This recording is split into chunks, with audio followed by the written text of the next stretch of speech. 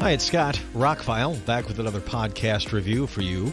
Going to be talking about the new 4K edition of the original 1978 movie, Battlestar Galactica.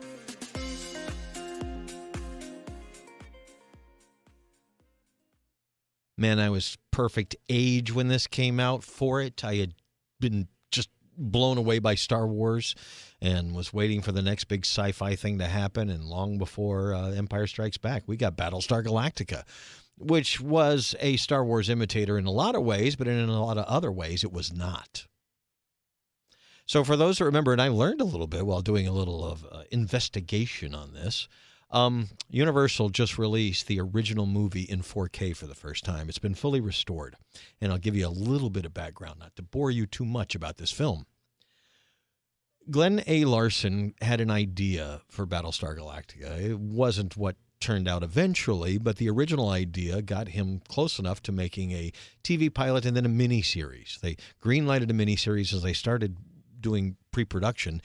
It just skyrocketed. The cost of everything. They budgeted like $3 million.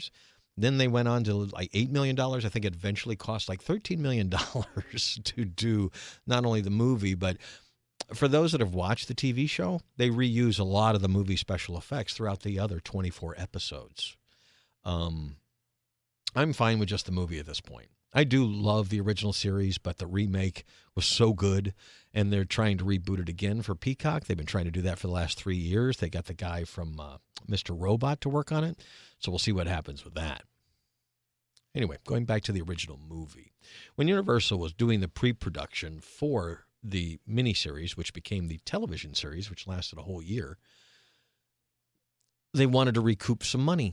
So they said, let's shoot this as a feature film. It'll be a shortened version that we will expand on for the series, but let's shoot this as a feature film. And they released it in July of that year when the TV series didn't start until September. I remember it was a big deal because, well, first of all, the special effects were done by John Dykstra, who had worked on Star Wars. Matter of fact, if you read the behind the scenes, he got in trouble for using the same motion rigs he invented for Star Wars on Battlestar Galactica. That's why he's not involved in some of the Star Wars movies going forward. I didn't know that. It is a product of its time, but man, this is the best it's ever looked. This 4K edition, they have restored it. The movie was shot on film, 35 millimeter film, with a fairly big budget for the time. It looks fantastic. To talk about the movie itself, well, 2/3 of it I absolutely love, and the final third I just feel they could have done more with. And we'll get into that. I don't want to get into heavy spoilers, but this movie's really old, so. But if you're looking at it from that aspect, like a film that came out in the late 70s, it holds up very, very well. The special effects are good. It's from the dudes that made Star Wars, a year later, 2 years later.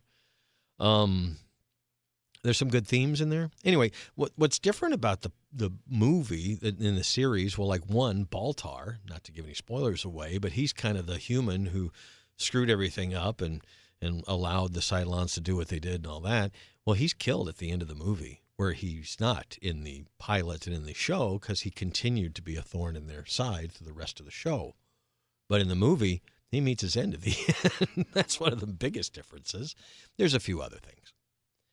But the movie, the first 2/3, tells the story, for those that don't know, of a human-like species who's on the run from their creation. They have created these robots to help them, to serve them, and the robots kind of became their own thing and wanted to wipe out humanity. And so the 12 colonies, kind of based on our Zodiac, escape. And eventually in the original TV series, they find they get a transmission from Earth, and they start heading towards Earth. That was where they were supposed to head. That was the linchpin that got you in, that hooked you, the MacGuffin that hooked you into the story in the beginning. That these weren't humans, but maybe they were an offshoot of us, and they're going to go back to Earth, where they may have originally come from. That was, wow, that was pretty heavy for the late 70s. That was some good stuff to mine there. And they did it a little differently in the reboot. I have nothing bad to say about the reboot. I loved it. It ended a little weird, but still, I think they stuck the landing. And overall, that's a great show. That's much different than the original. So I've said more than once that the first 2/3 I love. It's the story of, I didn't remember there was so much stuff before the Cylons. That's one thing I didn't remember. I saw this movie as a kid in the theater. It was Sense-Around. If you don't know what Sense-Around was, I think there were a total of 5 movies back in the late 70s and early 80s that were released in Sense-Around. They were all big budget, like Roller Coaster, Earthquake, things like that. And this one, they put giant subwoofers in the back of the theater. It sucked if you went to see any other theater in the multiplex that weekend because, well, Battlestar Galactica rumbled the entire theater complex and part of the shopping mall. You knew when Battlestar Galactica or one of those Sense-Around movies was playing. It was insane. So I went to see it in that, and they've recreated that for the home use. Now, compared to today's modern films, it's not that deep and rumbling at all, but for its time. So they've recreated this 2.1, which basically was what we heard in the theater back then, and matrixed it into 5.1, but a couple of your channels just aren't used. It sounds good. I enjoyed it. It's a good mix. I don't have my subwoofer cranked up anyway because I live in an apartment complex, and I'm respectful of my neighbors, but there was a decent amount of rumble when the Galactica is on screen. The acting is fine to great. Most of it's really good. Dirk Benedict, Richard Hatch, they were good in their roles. Everybody else, Lauren Green as Adama, amazing. What a great actor. Anyway, the show is good. The movie plays out like a movie. So the final third, what don't I like about it? Well, it tells what would be like the first episode of the show, and it's kind of less. Everything's so major in the first half of the movie. You find out about these 12 colonies and what they're doing, and then you see them get backstabbed, and then they get attacked, and then there's big battle scenes, and they run away, and then you have this one little story on a planet. And I thought the story's well done, and it's a creepy kind of story, too. It just didn't meld with everything else. It should have been an episode maybe later in the series. I've always thought, when I watched it as a kid, that they rush right into just a story of the week. But it was a TV show in its concept. It was supposed to be a miniseries and eventually a TV show. So the latter part of the movie is fine. It just kind of plays out like, and then they come back to, we're on the run and we're going to go find Earth. This little scene on the casino planet where the insect people are eating people or saving people or whatever, it's just, that would be a great episode of the week, but should have been part of the pilot. Again, I'm sure they were showing what they would do in the series. But again, watching this as a film today from 1978, I'm good. It was like, gave me the whole story.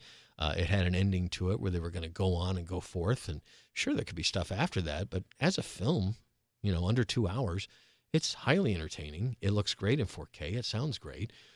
Pick up the Steelbook if it's still available. I really enjoyed the trip back. But again, watching it as a movie, not as the TV show. As a movie, it was fine.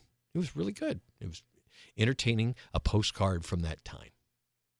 And for somebody like me who was young at the time, it was also very nostalgic to watch that and look at it from this perspective and seeing that it's actually decent. It's actually was well made and well intentioned and pretty big budget and pretty spectacular for its day. So anyway, Battlestar Galactica is now available in a 4K edition everywhere. The 4K is cheap. The Steelbook is a little bit more expensive, but still cheap by today's standards. And you should pick it up before it's gone. I don't know how long this is going to be out there with home media these days kind of dying on the vine. If you didn't know, Disney announced that they're not going to release any more Blu-rays or 4Ks in Australia. That's kind of a big deal. It's a whole country that's not going to get movies from Disney anymore.